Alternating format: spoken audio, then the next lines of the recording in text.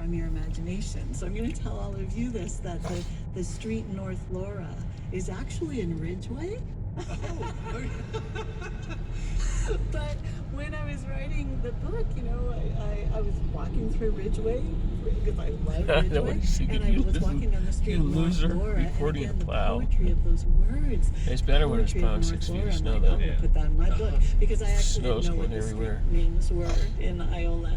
So that was kind of magical. As a fiction writer, you have a certain level of creative license to be able to serve the story, serve the language of the narrative, and the backdrop and the context of my book is in the damming of the Wild Gunnison River to the Crate Blue Mesa Reservoir, but a lot of the particulars of the story came from my imagination instead of historical. Laura.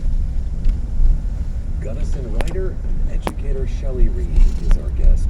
Her new novel exactly where that Laura Avenue is too. I used to live It's about a far from family it. of peach farmers You used to live on it? displaced No, by the not far creation from of it. A few Colorado's blocks down. I largest lived on reservoir, Wadsworth. Blue Mesa. In 52nd So you When lived we over come by My back, sister a lived on second Kipling layer in the of car. displacement in the Gunnison You lived River over by the Gunnison and there. peaches No, as a no, symbol. they're talking about the This is street Turn name the in Page Arvada. with Colorado Matters. Well, Wheat Ridge, they say. Arvada's right next to Wheat Ridge, and I lived right on the border.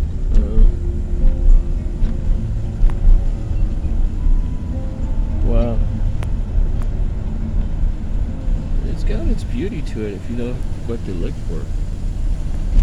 People just go, God, it's snowing, but it's like you got the split in the river, all the rocks underneath it and everything else.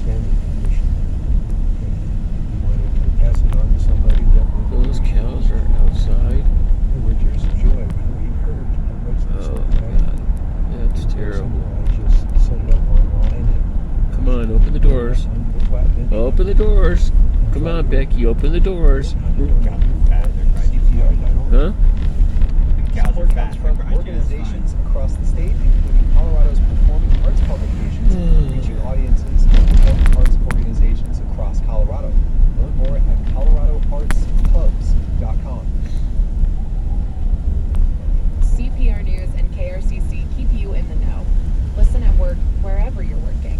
Just ask your smart speaker, play CPR News to stay connected at home.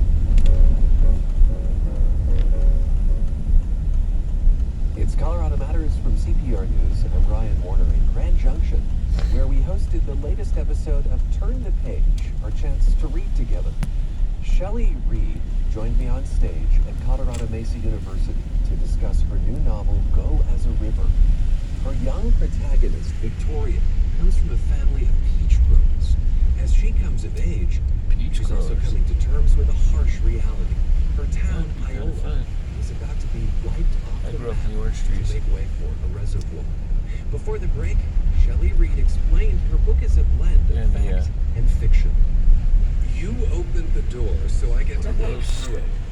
So far as we can tell, I'm trying to think of what we those have people on the ground pomegranates. in the western slope. You had pomegranates and western slope. orange growth goes around. So far as we can tell, Pomegranates steam the peaches were sidewalk. not grown in Iola. My dad hated it But of when we course, threw peaches are so threw synonymous pomegranates for with not the eating western slope. at each other to have But how pomegranate could fight. you not write about that, I right? know. All over the sidewalk, on the street. Thank you for throwing me that bone because I feel the same way. And I love the Western Slope peaches. We all quit doing that when something Ernie. special. I know that we can Parents all got smart and agree. made us Here we clean up are the in mess.